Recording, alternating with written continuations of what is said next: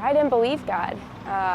All the things that I was told my whole life about how, well, God loves you and you're God's precious daughter, and that He made you worthy, by His sacrifice and of His Son and everything. I kind of took it as knowledge, head knowledge, but it never really made it to my heart. I was just like, well, this is what I'm supposed to feel and what I'm supposed to believe, but I don't really. So I constantly felt like there was something kind of blocking my relationship with God. I just wasn't really experiencing that fullness that I would hear people talk about a lot. My initial reaction to the feelings I would have were just tell yourself to not feel that way, just kind of push it to the side, tuck it under. You're not supposed to feel that way, don't. Just stop it right now. And for like a moment, maybe that feeling would subside, but it would always come back. And so I guess out of desperation, kind of, just to, like, there has to be more. If people talk about how there's more, it has to be a reality. And I wasn't finding fulfillment in the answers that I was getting. Like, I believed I would talk to God about this, but I didn't really believe that God was actually, like, talking back, like, to me personally, other than just, reading what He says in His Word. I've had a whole lot of family problems going, like, throughout my entire life, a lot of scars and stuff that have just always kind of festered and just remained with me, and it's kind of shaped my life, the way that I see things, the way that my perspective is on how people react to me. So, and it also changed and affected the way that I reacted and responded to people, what I thought they were saying versus what they were really saying, or what it really meant when they said something to me. I remember meeting and praying through something that I had seen a long time ago when I was a child. And I was probably about 4, and it was just before my parents got a divorce.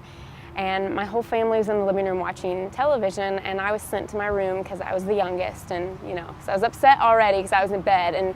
And my parents used to put this medicine on my thumb so I wouldn't suck it. And I ended up getting up in the middle of the night to wash it off because I wanted to suck my thumb. And for some reason, when I got up, I was like drawn to the window, so I went to the window. And in front of my play set that was outside, it's one of those like multicolored ones that can be disassembled and reassembled in a different way. Jesus was standing there. And he doesn't say anything or do anything. He's just standing there by my play set and looking at my house. I didn't really understand that, and for years and years I thought, well, maybe it was just Him kind of showing that He was looking over me, looking over my family. Maybe I didn't really see that, but if I did, that's probably what it was. He was just going to be there because we were about to go through hard times.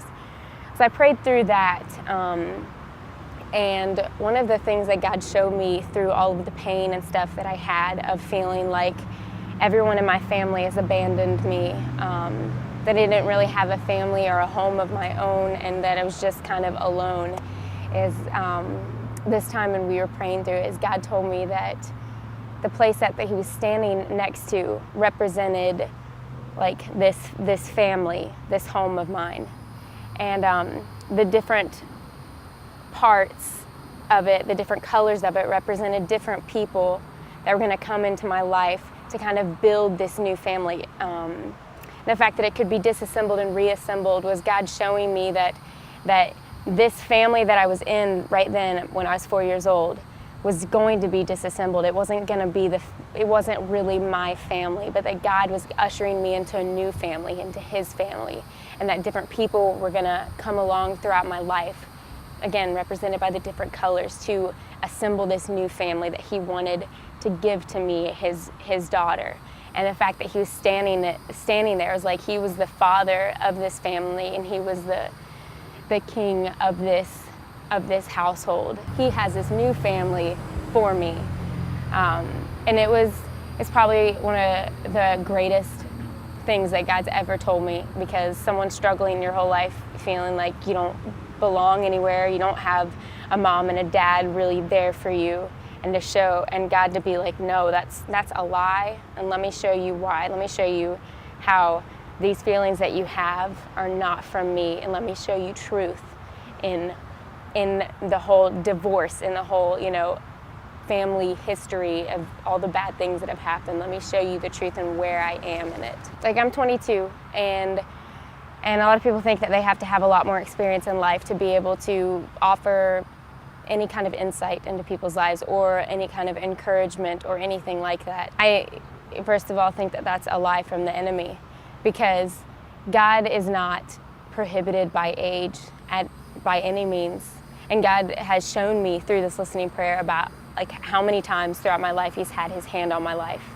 And if I had kept ignoring Him, the times that He was beckoning me, then it probably would have continued longer, so that maybe when I'm 40, I would have gotten the picture and had all this other stuff to be able to offer to people. But the thing is that it doesn't matter.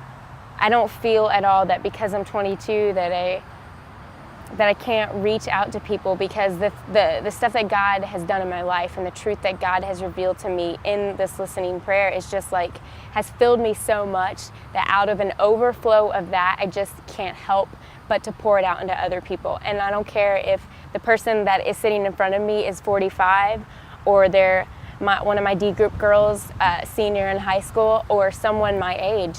It doesn't matter. There's nothing that that blocks that. You know, there's not like a dam or something that comes up out of this overflow. It's just, this is what God's done in my life. Can't help but to tell you. You know, I hope that you, as 15 or 25 or 22, that you get this now, so that you have all these incredible, awesome stories throughout your life, and you can walk in freedom the way that God intended for us to walk, because that was His original plan. And when we come to know Him, what does He do but transform our life and restore us back to what we were originally created, and that is God's perfect plan for us.